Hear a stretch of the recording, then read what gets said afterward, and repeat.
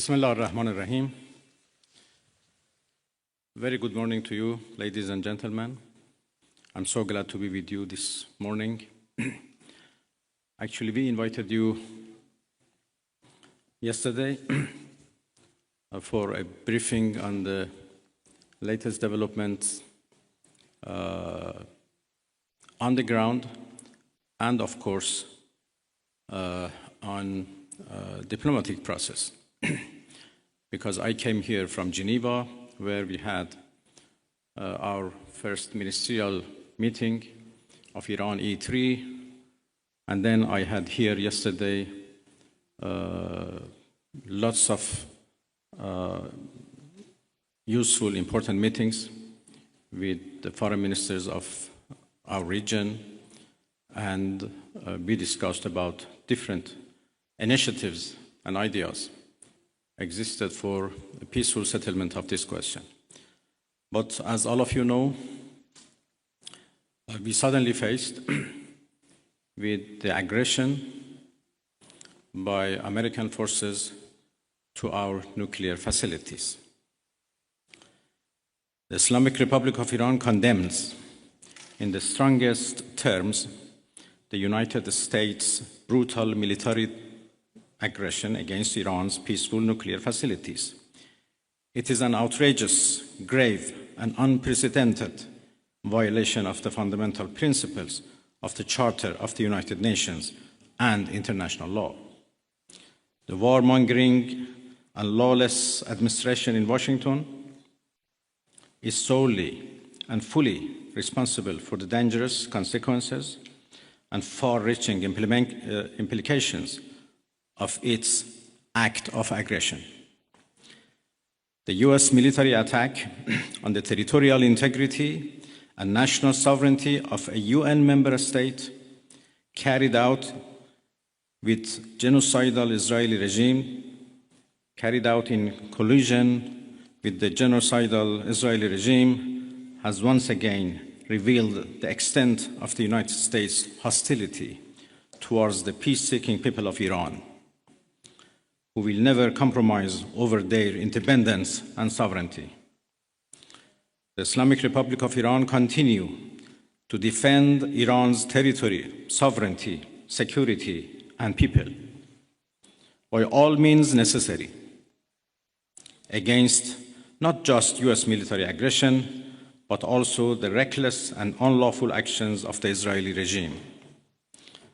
While President Trump was elected on a platform of putting an end to America's costly involvement of forever wars in our part of the world, he has betrayed not only Iran by abusing our commitment to diplomacy, but also deceived his own voters by submitting to the wishes of a wanted war criminal who has grown accustomed to exploiting the lives and wealth of American citizens to further the Israeli regime's objectives. The US act of aggression against Iran's peaceful nuclear facilities constitutes not only a flagrant breach of the UN Charter, especially the prohibition of the use of force under Article 2, Paragraph 4, and the obligation to respect the state's territorial integrity and sovereignty, but also a violation of UN Security Council Resolution 2231. It cannot be emphasized enough how much of a devastating blow that the US, a permanent member of the Security Council, has dealt to the global non-proliferation regime. The Islamic Republic of Iran reminds the United Nations, the Security Council, the UN Secretary General, the International Atomic Energy Agency, and other relevant international bodies of their duty and responsibility to take urgent and decisive action in response to this breach of international law. Silence in the face of such blatant aggression will plunge the world into an unprecedented level of danger and chaos. Humanity has come too far as a species to allow a lawless bully to take us back to the law of the jungle.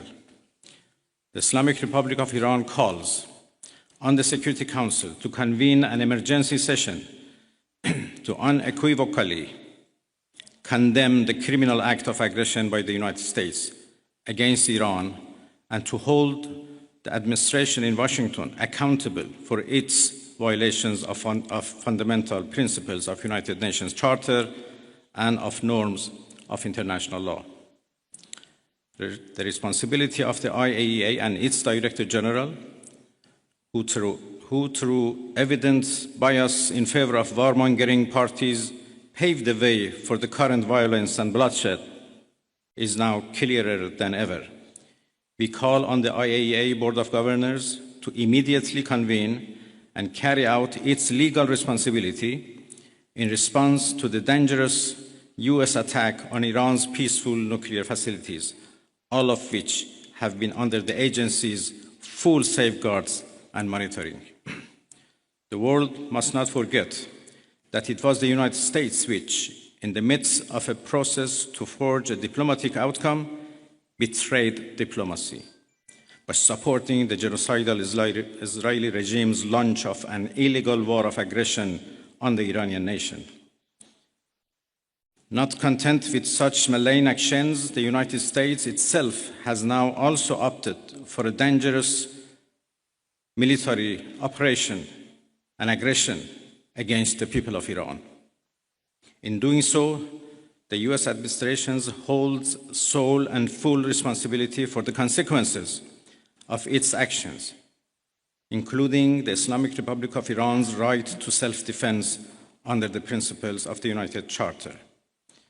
In accordance with the UN Charter and its provisions allowing a legitimate response in self-defense, Iran reserves all options to defend its security, interests, and people.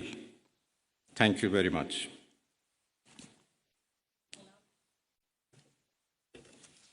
We will now be taking questions. We'd like to start with the Associated Press.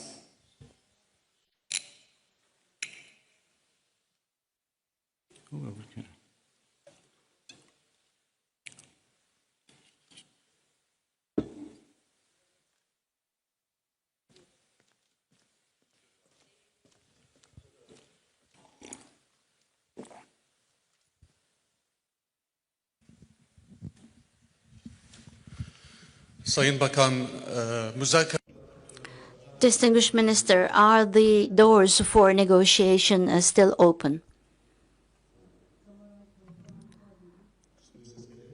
Can you hear me now?